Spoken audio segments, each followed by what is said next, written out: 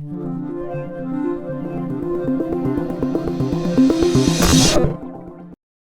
here with Alex, Aidan, and Ian. Collectively, it's Nation of Language. Welcome, and thanks for coming and playing for us, guys. Thank you. Thank you for having us.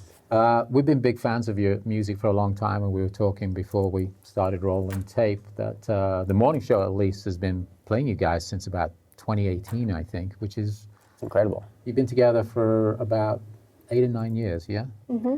Yeah, I mean, it might even be, I think I started writing the songs that would sort of like lead to the formation of the band probably in like 2014. Right. Yeah, so a decade pretty much of this band.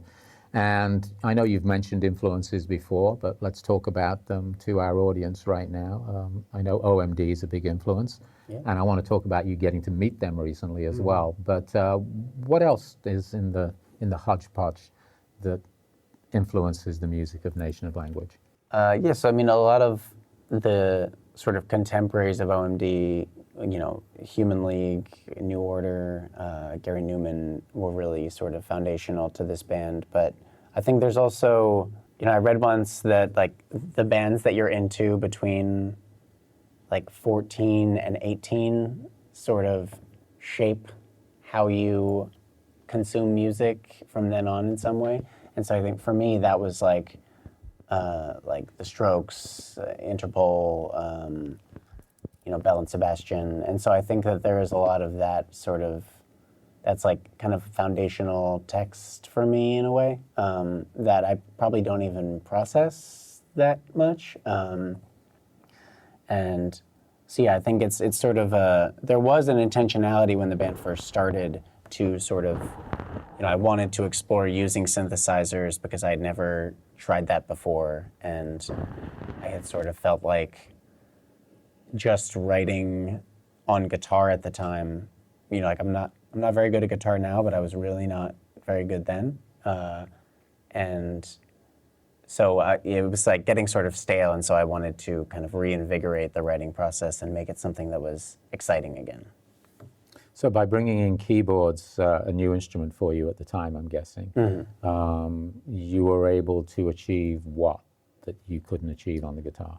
I mean, I think, well, one of the big things that made writing sort of a fun challenge was that I was mostly just using a bass guitar and a monophonic synthesizer, so a keyboard that can only play one note at a time. And so when you're writing on two monophonic instruments, like you know, it's not like sitting down at a piano where you're hitting all these big chords. And so I think it created this sort of challenge of having these two things weave in and out from each other and sort of trade roles of being the lead instrument in a way that, you know, was different than sort of just like strumming the same old chords on a guitar. Right. And then putting the band together, and obviously you have a lot of keyboards. I do now. I do now. I see the setup. How did you put the band together? Oh, it started with, I had written a couple of songs and some friends were like, let's just go to the bar over in the next town and play them. Like, you can teach them to us and we'll play them. And the next town being where? That was in Kenilworth, New Jersey. Okay. In 2014 or 15, probably. Right. And that lineup sort of changed a lot, and at one point there were 5 people in the band, and then it would sort of, on any given night, you didn't know how many people would be in the band. And then they all, like a bunch of them moved to Los Angeles, actually, like right around the same time, and I had sort of run out of musicians that I knew in New Jersey. And Aidan was like... I basically said, I don't know how to play anything, but if you think you can teach me, and since the basis of the band was simple music that you could sort of visualize in your mind, those early songs were simple enough to be taught to me. I was like, I would love to keep the band going. I don't want to see it go away. I love these songs. Right. And so he taught me, and I've learned a lot since then. I wouldn't call myself like a synthesis. synthesis, but I really love performing the songs. Right. And then Alex came in a few years later and sort of melded into this trifecta that I see going on into the future forevermore, So ideally. Brooklyn is the base of the band, right? Yeah. And I remember seeing that when I first came across you. And 10 years ago, there was a lot of bands in Brooklyn. Brooklyn was becoming the place. Is it still like that? I mean, I think for me, it's always been, like, I guess I only sort of noticed once it was pointed out to me that, you know, there had been all of these bands that were getting big in Brooklyn at the same time. And then there were sort of a few years where it didn't seem like a lot of bands were coming out of New York. But I do feel like we're in a moment now. A boom. Yeah, where there's a lot of exciting stuff going on, Right. whether or not it even is sort of feels like it's related to our genre specifically, I think. Yeah. Yeah, I mean, it's probably always been happening. But it is nice to see, you know, friends at festivals Yeah, making it in People that, like- magazines and like front pages of blogs and stuff, and you're like, wow, we played shows together in 2016 and we're all sort of making Everybody's it. sort of coming up. Yeah, and feels great. Finding a way to make a living, which is not easy, obviously, in the reality of the music industry at this point. that's very Yes. true.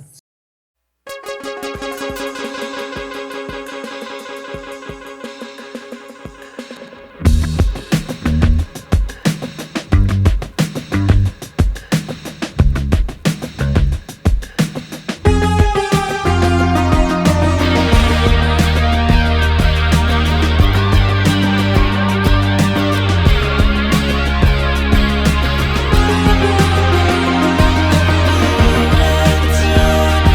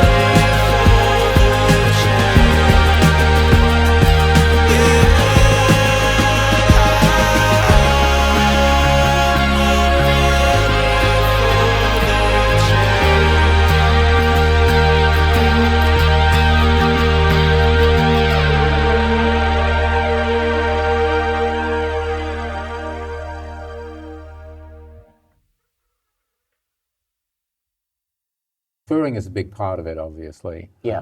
And I think you said that you come through LA twice a year. Talk a little bit about, if you can, the development of the songs and the sound over this period of time. When you said in our genre, what do you call the genre that Nation of Language fits into? I mean, I guess Or sits on top of, or adjacent to, or... you know, if you can, within the larger umbrella of alternative music, and then if you want to call indie music a genre, and new wave, and synth pop, I guess. Synthesizer music. Synthesizer music. So do you feel like all of these things are rotating in and out of the music that you write? I feel like we don't really think in terms of genres too much, at least when, you know, that's kind of becomes what everyone else does. You know, you make the music and other people are like, oh, it's this or it's that. They classify it for you. You know? I mean, correct me if I'm wrong, but it's never seemed like you go into making songs with a specific kind of label in mind too much, especially these days. Not so much, and especially, you know, when the band started, very much so. Like I wanted to make new wave style music. But yeah, I think the more time goes on and the more sort of comfortable the band gets, the more we're sort of like nudging out what instruments can be involved and Textures. yeah. You know, the new record starts with a harmonica and like a flute sound. And so I think, you know, it's always expanding. What do they call it? Baroque pop? Isn't that one of those like bazillions of genres that have been named in the last couple of years? Yeah. Is that when you bring in cellos and strings? And there's a lot of silence in between things. Yeah.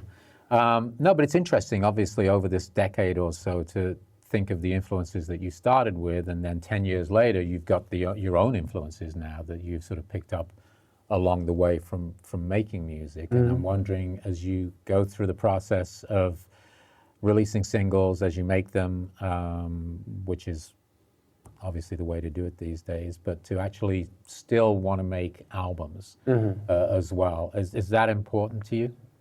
Yeah, I mean, I love the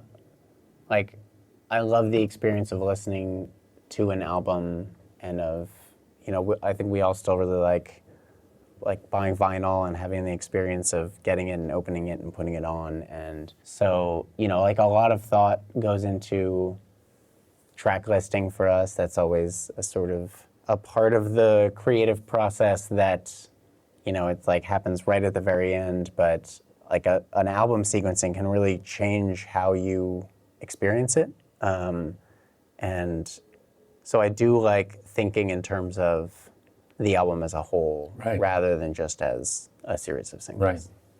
Right. I know that, was it earlier on this year, you guys actually met the guys from OMD? Yeah, we were here in Los Angeles at Cruel World Festival. Right. In the lunch line. Yeah, we were both in the lunch line in the... Oh, so it was an accidental meet? Yeah. I mean, like, we knew that they were there and we were going to be going to see them play, like, later in that day. But yeah, we were just, like, in the cafeteria backstage getting food, and it was like, that's them.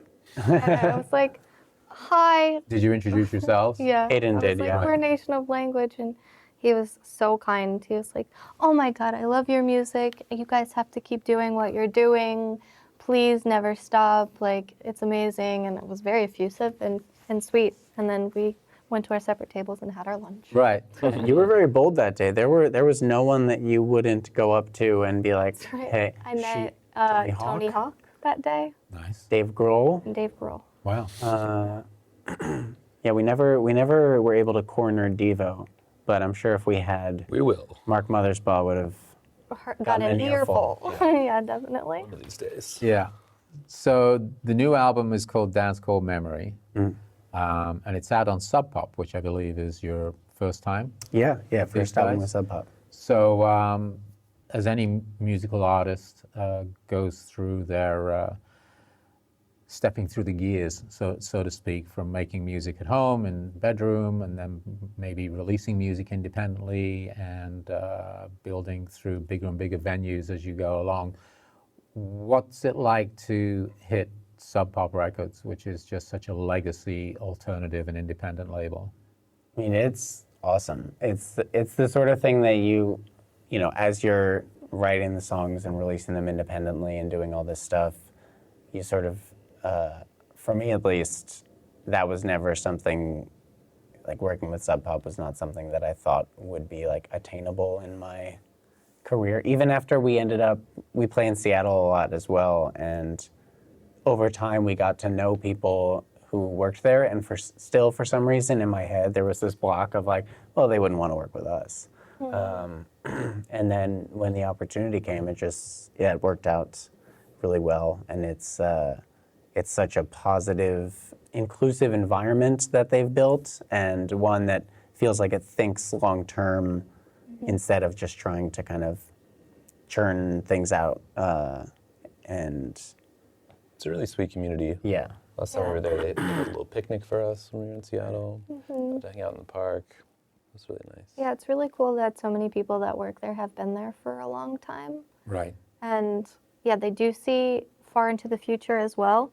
And it feels like, yeah, that lays the groundwork for a positive relationship with a band, for sure. And it's cool because a lot of, we were sort of talking about before how bands that we have sort of been coming up with are now like label mates with us as well, like Gorilla Toss or Deeper, who we're about to play with on Thursday at the Fonda.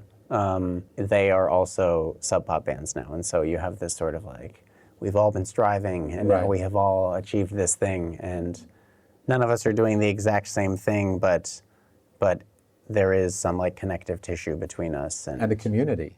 Yeah. Yeah.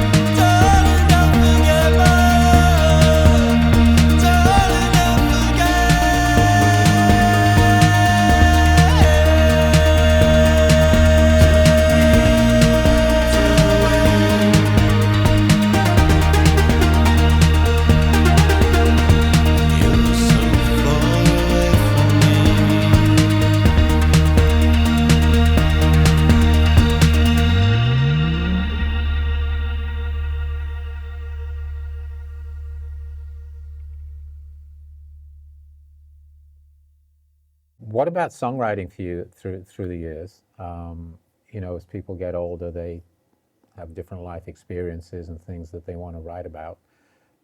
If you look at this new album compared with the first album, 4 albums back now, and 6, 8 years or something? Some of the songs. Yeah, some of the songs are at least that old. The album itself came out in 2020. Right. And so, but yeah, there are songs, a song like On Division Street from the first album was One of the first songs. quite early in the writing process. So as a songwriter, I guess I'm trying to figure out how have you changed over that time, and how does that show up in the music you're making today? I mean, I think I've gotten more comfortable exposing kind of more of my inner life, perhaps, in songs. I think You're writing for a character before, or?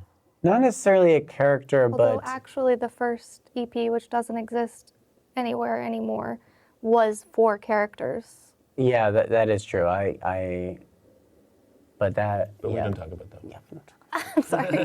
Doesn't You exist anymore, do. for whatever reason. Yeah. I think perhaps just getting older, having more life experiences, and sort of recognizing progressively more and more the value in sort of allowing myself to Be vulnerable. to be vulnerable, and because I think when you first start writing songs and then performing them in front of people, it kind of feels like no matter what you've written, it feels very vulnerable. And now that we've been doing that for a long time, I think just there's like progressively more and more of me sort of in the songs, and more time taken in, well, really each step, but I was going to say the lyrics especially. But although it is one of the things is it is very interesting to be performing the songs that I wrote in the early days still, and I think some people have this thought that if you're playing the same song for years and years, that you'll get bored with it. But the life experience between writing it and now sort of shines a different light on those old songs in a way that can be very interesting. And a line from an early song will suddenly strike me in a way that it never had before, because I've gone through something different now than. Can I put you on the spot and ask you to give me an example? I mean,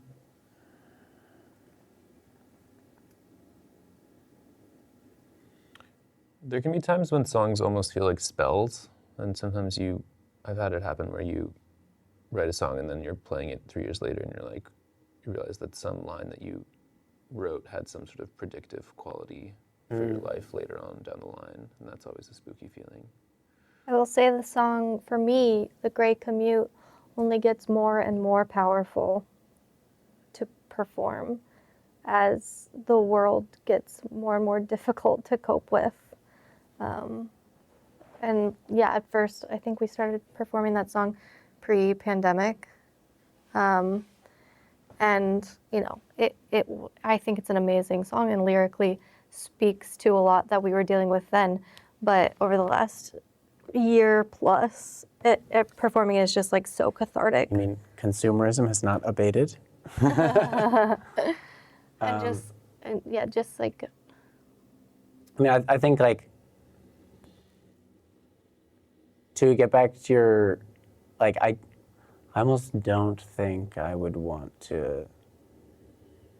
Like the ones that come to mind are sort of.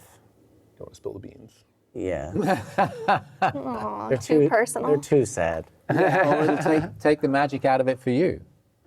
Yeah, well, no, I mean, I feel like I can identify them in my head, but it's that's where they can remain. Sometimes they speak to sort of recurrent cycles where you're like, well, I thought I dealt with that side of myself, but then here I am making the same mistake again. Yeah. It's funny how life works, eh?